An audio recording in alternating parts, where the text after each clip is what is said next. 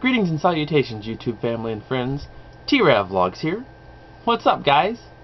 First off, I would like to welcome all of my new subscribers that I've gained recently, be it through ASTL or whichever means. If you guys just recently found me, welcome aboard.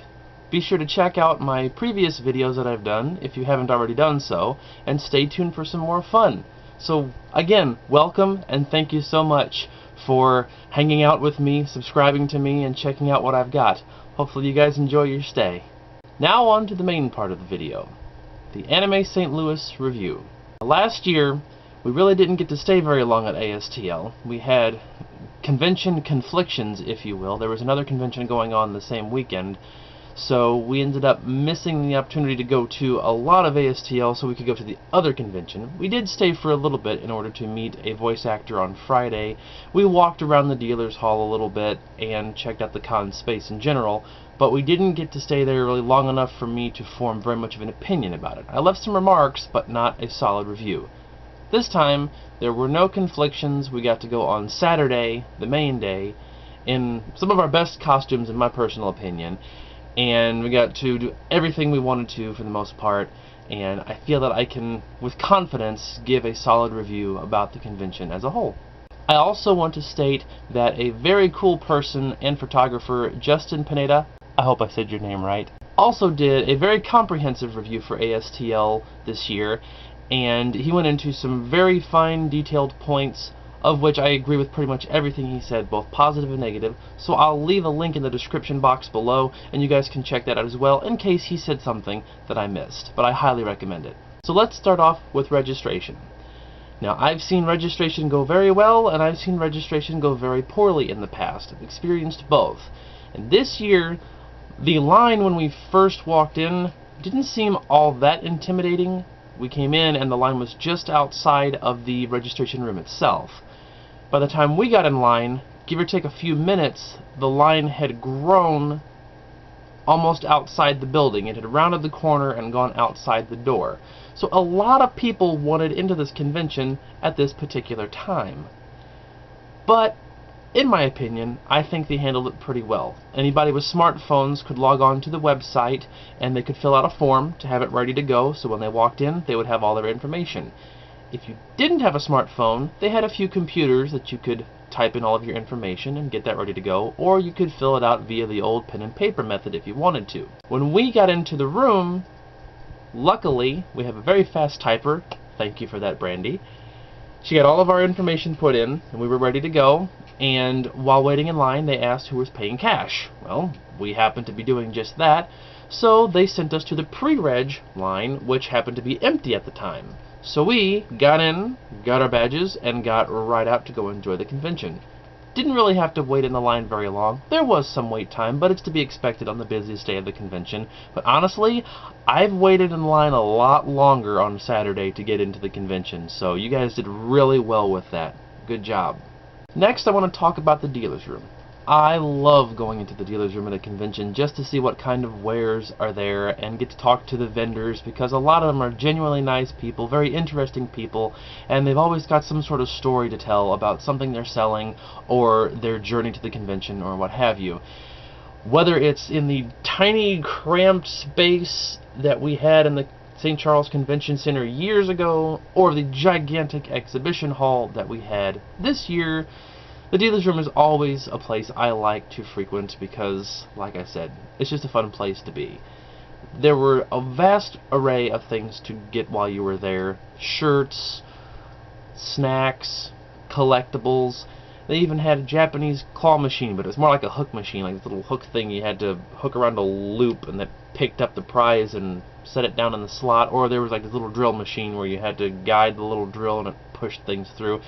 They were very interesting, to say the least. I didn't win anything because I'm no good at those things, but it was still a fun experience to try, and I'm glad I got the opportunity to do so. The one drawback to the dealer's room that I do have to point out is that the convention chose to have the autograph sessions in the dealer's room as well. And when it came to popular guests that a lot of people wanted autographs from, things got a little bit congested. When we were there late afternoon, the line had gone all the way around the main aisle, and if you wanted to do any shopping, you were pretty much stuck. You had to get over to one side and scoot across the line of people that were waiting to get autographs, or the line blocked a vendor that you wanted to look at. So it was a little bit of a clustermuck, to say the least. I know other conventions like Anime Getaway, they have their autograph sessions in a completely separate room outside of the dealer's hall. I don't know what kind of room ASTL was allowed for the convention, so I don't know if that was a feasible option for them. But if anything, I can suggest either move it off to the side away from all of the vendors, or use it in a completely different room altogether, because when you have that many people converge in a room to shop, and then you have that many people lining up to get autographs, the crowds are going to clash, and you're going to have a bit of a congestion issue. That's really the only gripe I have about that, but honestly, it's an easy fix, I would imagine anyway, and it really wasn't all that bad, to be honest. Something new that I tried out for the first time that I've really never experienced at any other convention was the Maid Cafe. Now, this was held in the Hotel Atrium, which was something I got to show you guys in the previous video for ASTL when we went last year. It's a beautiful, serene location, and the way they had it set up was pretty interesting. You had to cross the bridge in order to get into the Maid Cafe itself through the line, and you got to be in the cafe for 1 hour to have that time with your maid or butler, whoever you happen to get. You all got sat at this big table. Each table had some sort of tabletop game, either Connect 4 or Jenga, or we had Apples to Apples at ours. And you all got to sit around, and you could play games if you wanted to. You could order some tea, which was really delicious. They had some awesome snacks. They had cakes, pies. I got a fruit plate, which was really refreshing and delicious.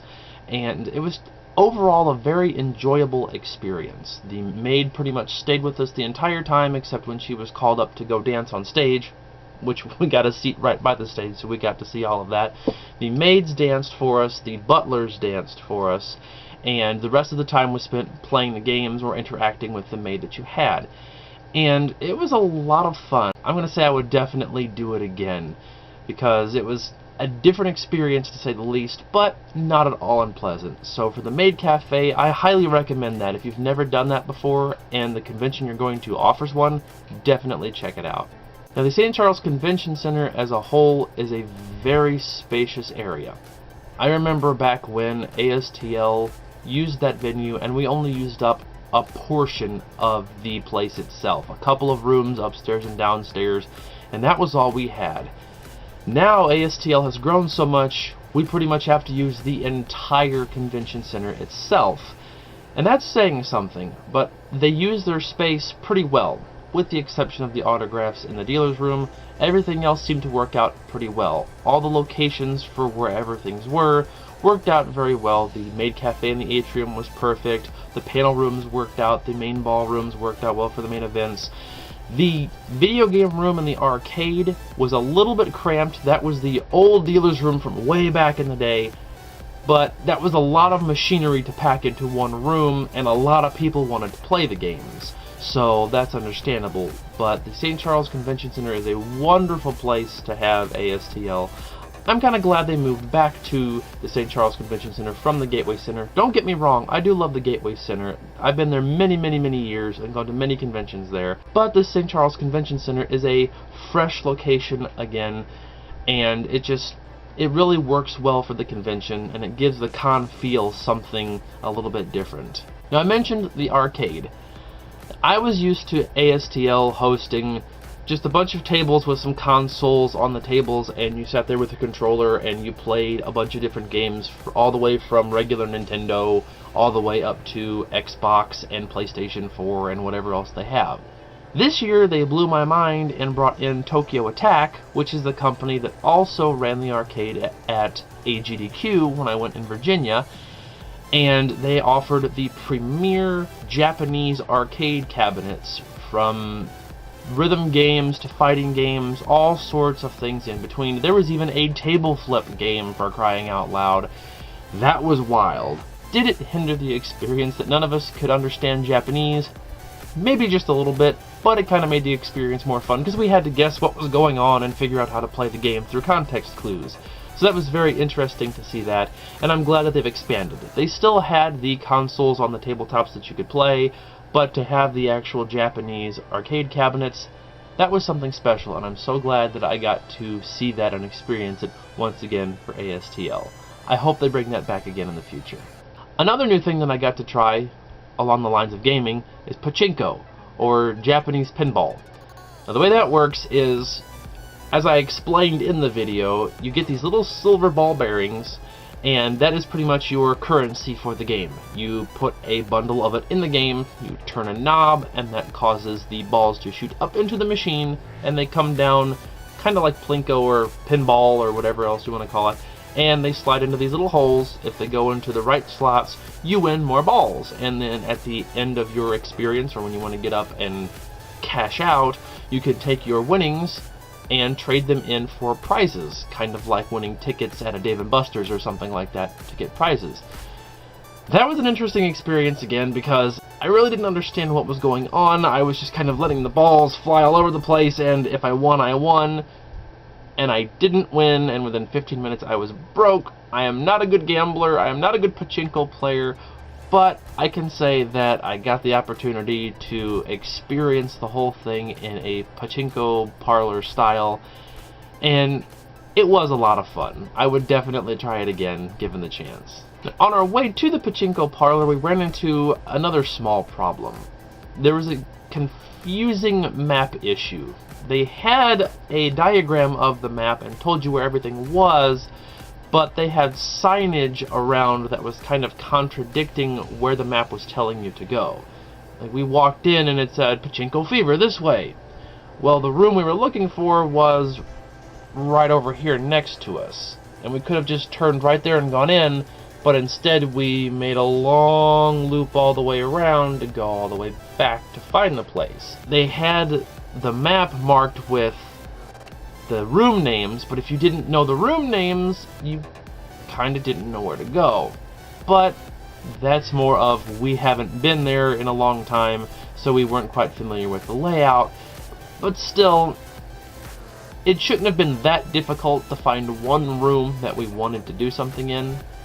But again, I'm getting nitpicky. We still found where we were going, and we still had a great time. And one of the last things I want to bring up is something I always talk about at conventions, and that's the con feel. I talk about the corporate cons having a lesser personal con feel. Well, ASTL is definitely a fan-run con, and you can tell with the con feel. The staff are all fans, the con-goers are all fans, a lot of the dealers are all fans. I had staffers, I had photographers, all call my character by name. They knew what was going on. All of the people that I got to be around, they were just so happy to be there. I was happy to be there. And you could just feel the electricity in the venue. And the con feel of ASTL is always something that I will welcome, because I've never gotten a bad vibe from ASTL anytime that I've gone. So I cannot say enough good things about the con feel of the convention, because ASTL has always had a special place in my heart. I've been there since the very beginning, when they were growing from a convention that was partnering with a 3-day con because they really didn't know what they were doing, all the way to 5,000 some odd people converging in the St. Charles Convention Center for a weekend to get their geek on. I definitely want to come back. I've been gone for way too long for ASTL. I went on a hiatus for a few years because I was going to other conventions, but I'm glad I finally got to come back, and I can see now why I've gone for so many years. So all in all, my experience at ASTL was a fantastic one. Would I recommend it for somebody who has not gone before? Definitely. It's bigger than some other conventions, but not gigantic like ASIN or something like that where you can get lost very easily. If you're into anime, or if you just like costuming or gaming or pop culture in general, it's a very welcome place to go, and I highly suggest you check it out. If you've been there before, you know what I'm talking about. A lot of my fans out there, a lot of my subscribers are repeat offenders of coming to ASTL, and I definitely will be a part of that as well in the future. So that's really all I've got to say about that. Again, welcome new subscribers, thank you for subscribing, and come along for the journey. We've got a lot more fun things to do in the future. check out some stuff I've done in the past if you haven't already, and we'll have a great time. So until next time, I'll talk to you soon, and take care. Bye-bye.